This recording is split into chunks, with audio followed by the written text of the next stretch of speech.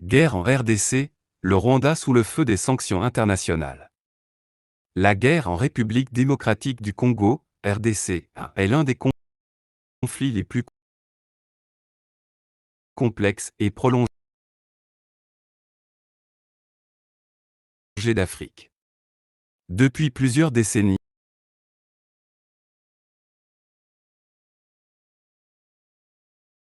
la région des Grands Lacs est marquée par des tensions ethniques, des rivalités géopolitiques et des ingérences étrangères.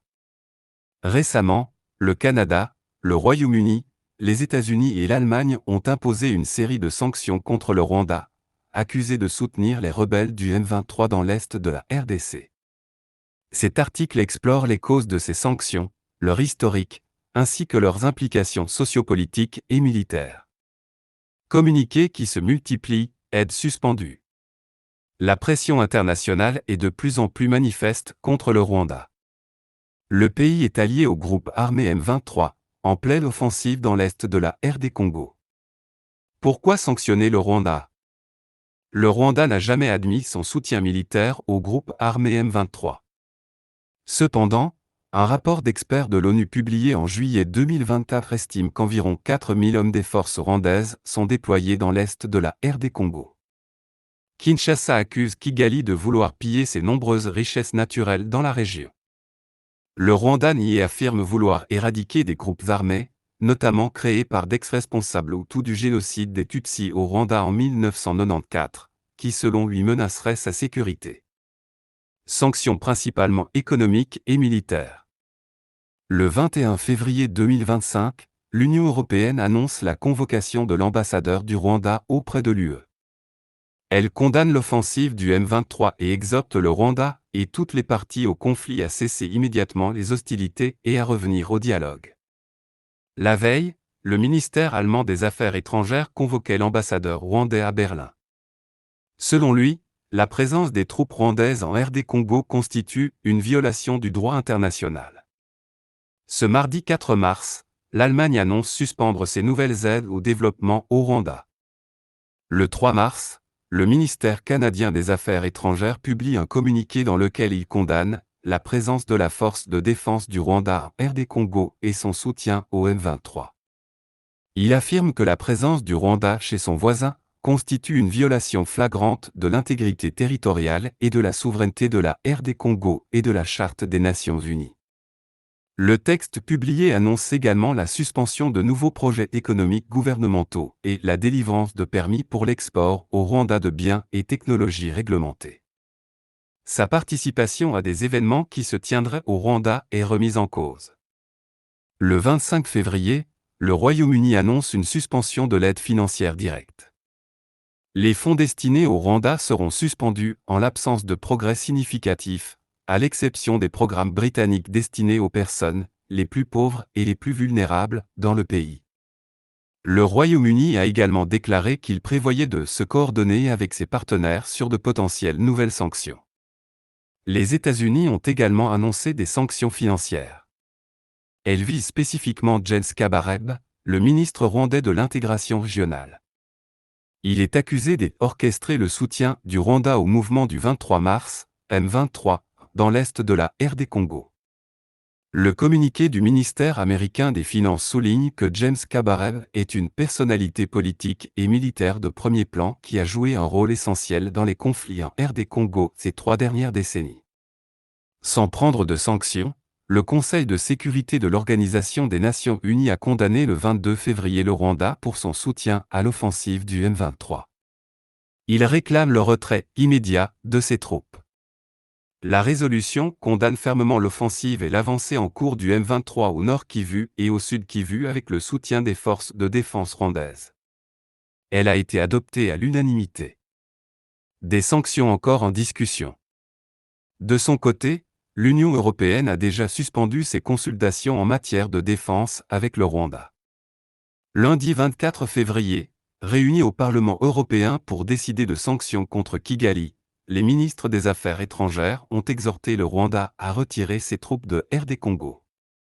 Mais le Luxembourg s'est opposé à la résolution, qui devait être votée à l'unanimité. Des sanctions individuelles contre 9 individus et une entité étaient envisagées, ainsi que le gel des 20 millions d'euros débloqués par l'UE en novembre dernier dans le cadre de la Facilité européenne pour la paix, destinée à financer les forces rwandaises dans la province de Cabo Delgado au Mozambique. Le prochain Conseil des ministres européens aura lieu le 17 mars. Le sujet pourrait revenir sur la table. Les pays occidentaux font pression sur le Rwanda afin de faire taire les armes dans l'est de la République démocratique du Congo, RDC. Berlin a annoncé mardi suspendre ses nouvelles aides au développement au Rwanda en raison de l'offensive du groupe M23 dans l'est de la RDC qui, selon les experts des Nations Unies, ONU, est soutenue par des soldats rwandais. L'Allemagne emboîte ainsi le pas au Royaume-Uni et au Canada, qui ont pris des décisions semblables. Nous allons suspendre de nouveaux engagements financiers, revoir la coopération existante avec le gouvernement rwandais dans le domaine de la coopération au développement, suspendre la participation de haut niveau aux événements de politique de développement du gouvernement rwandais, a déclaré le ministère de la Coopération allemand dans un communiqué. Berlin a affirmé, condamné fermement, l'offensive, en particulier la prise des grandes villes de Goma et Bukavu, qu'il a qualifiée de « violation de l'intégrité territoriale et de la souveraineté de la RDC ». Lors de son entretien avec les autorités rwandaises, Berlin a réitéré ses demandes, à savoir, le retrait des forces armées rwandaises et l'arrêt du soutien au M23. Berlin a affirmé, condamné fermement, l'offensive, en particulier la prise des grandes villes de Goma et Bukavu, qu'il a qualifiée de « violation de l'intégrité territoriale et de la souveraineté de la RDC ». Lors de son entretien avec les autorités rwandaises, Berlin a réitéré ses demandes, à savoir, le retrait des forces armées rwandaises et l'arrêt du soutien au M23. Le Canada dénonce des « violations flagrantes ». Lundi, le Canada, par un communiqué de sa ministre des Affaires étrangères, Mélanie Joly, et les ministres du Développement international et du Commerce international, a condamné la présence des forces de défense rwandaises, FDR, en RDC et leur soutien au M23. Les ministres y affirment que la présence du Rwanda chez son voisin constitue une violation flagrante de l'intégrité territoriale et de la souveraineté de la RDC et de la Charte des Nations Unies. Le texte précise que le Canada va notamment suspendre la délivrance de permis pour l'export au Rwanda de biens et technologies réglementés, ainsi que les nouveaux projets économiques gouvernementaux, et revoir sa participation à des événements internationaux organisés au Rwanda. Mardi, le ministère des Affaires étrangères rwandais a réagi dans un communiqué à ces annonces, qualifiant ces critiques de « honteuses » et affirmant que les « mesures contre le Rwanda annoncées par le Canada ne résoudront pas le conflit ». Le Canada ne peut pas prétendre saluer les efforts des acteurs régionaux dans le processus de paix quand il fait porter toutes sortes de violations au Rwanda, dit le texte. Kigali réplique aux sanctions de Londres. Le Royaume-Uni a également décidé à la fin de février de suspendre la majorité de ses aides financières au Rwanda. En riposte, Kigali a déclaré lundi que Londres était tenu de lui payer le solde d'un accord controversé sur l'expulsion de migrants vers le Rwanda, abandonné par le Royaume-Uni l'année dernière. Cet accord, lancé en 2022 par le Premier ministre Boris Johnson, n'avait jamais été concrétisé. En arrivant au pouvoir en juillet 2024, le Premier ministre travailliste Keir Starmer avait estimé qu'il était « mort et enterré » avant même d'avoir commencé. Le Rwanda avait alors prévenu que l'accord controversé ne prévoyait pas la restitution des fonds déjà versés par Londres à Kigali, 240 millions de livres sterling, soit 280 millions d'euros. Il restait 50 millions de livres sterling, près de 61 millions d'euros, à payer. Le Royaume-Uni avait demandé au Rwanda de renoncer discrètement au paiement, sur la base de la confiance et de la bonne foi qui existe entre nos deux nations, a déclaré sur X la porte-parole du gouvernement rwandais, Yolande Makolo. Cependant, le Royaume-Uni a trahi cette confiance en prenant des mesures punitives injustifiées pour contraindre le Rwanda à compromettre notre sécurité nationale. Kigali demande donc à Londres de lui verser les 50 millions de livres sterling restantes. Les causes des sanctions contre le Rwanda. Les récentes sanctions internationales contre le Rwanda découlent principalement de plusieurs accusations. Soutien au M23, des rapports de l'ONU et d'ONG affirment que le Rwanda arme et finance cette rébellion, ce qui aggrave le conflit en RDC.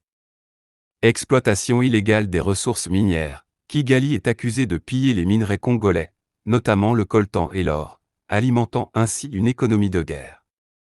Violation des droits humains, des violations massives des droits des civils, notamment des massacres et des déplacements forcés, sont rapportés. Déstabilisation régionale, le Rwanda est perçu comme un acteur perturbateur dans la région des Grands Lacs, sapant les efforts de paix. Nature des sanctions imposées. Face à ces accusations, plusieurs puissances occidentales ont décidé de sanctionner le Rwanda. Canada, suspension de l'aide militaire et restrictions commerciales sur certaines exportations rwandaises. Royaume-Uni, réexamen des accords de coopération, notamment le partenariat controversé sur les migrants. États-Unis, gel des avoirs de certains responsables rwandais et restrictions sur l'exportation de technologies sensibles. Allemagne, suppression de financements destinés aux projets économiques et sociaux rwandais. Implications et conséquences sociopolitiques et militaires. Conséquences économiques. Impact sur l'économie rwandaise, la réduction des aides et restrictions commerciales pourrait ralentir la croissance économique du Rwanda, qui repose en partie sur des investissements étrangers et le commerce régional. Conséquences sur le secteur minier, l'interdiction d'exportation de certains minerais pourrait affecter les finances du pays. Conséquences politiques. Isolement diplomatique, le Rwanda risque une détérioration de ses relations avec les grandes puissances occidentales. Réaction interne, Kagame pourrait utiliser ces sanctions pour renforcer son autorité et dénoncer une ingérence étrangère. Conséquences militaires et sécuritaires. Escalade du conflit en RDC, le M23 pourrait être affaibli si le soutien rwandais diminue, mais Kigali pourrait aussi chercher à contourner les sanctions. Renforcement de l'armée congolaise, la RDC pourrait bénéficier d'un appui accru de la communauté internationale pour lutter contre les rebelles. Que répond le Rwanda face aux sanctions? Toute discussion sur des mesures punitives et des sanctions contre le Rwanda ne peut nous dissuader de protéger nos frontières et notre population, déclare le 28 février 2025 le ministre rwandais des Affaires étrangères, Olivier Nduhungirehe, à l'Association des correspondants de l'ONU, ACANU. Le Rwanda ne craint pas d'être isolé. Nous sommes face à une menace existentielle émanant d'une force génocidaire, affirme-t-il avant d'ajouter, donc l'isolement diplomatique n'est vraiment pas un souci. Par ailleurs, le 3 mars, le ministère affirme dans un communiqué que les mesures contre le Rwanda annoncées par le Canada ne résoudront pas le conflit. Les sanctions contre le Rwanda marquent un tournant dans la gestion du conflit en RDC. Si elles visent à freiner l'implication de Kigali dans la guerre, leur efficacité dépendra de leur mise en application et de la volonté politique des acteurs régionaux et internationaux. L'avenir de la paix dans la région des Grands Lacs repose sur une solution diplomatique durable et sur la volonté des parties prenantes de mettre fin aux violences. La RDC et le Rwanda doivent impérativement dialoguer pour éviter une aggravation de la crise humanitaire et sécuritaire qui menace l'ensemble du continent africain. C'est tout pour aujourd'hui. Laissez-nous vos commentaires en bas, ne manquez pas de vous abonner et de partager la vidéo. Merci et à la prochaine.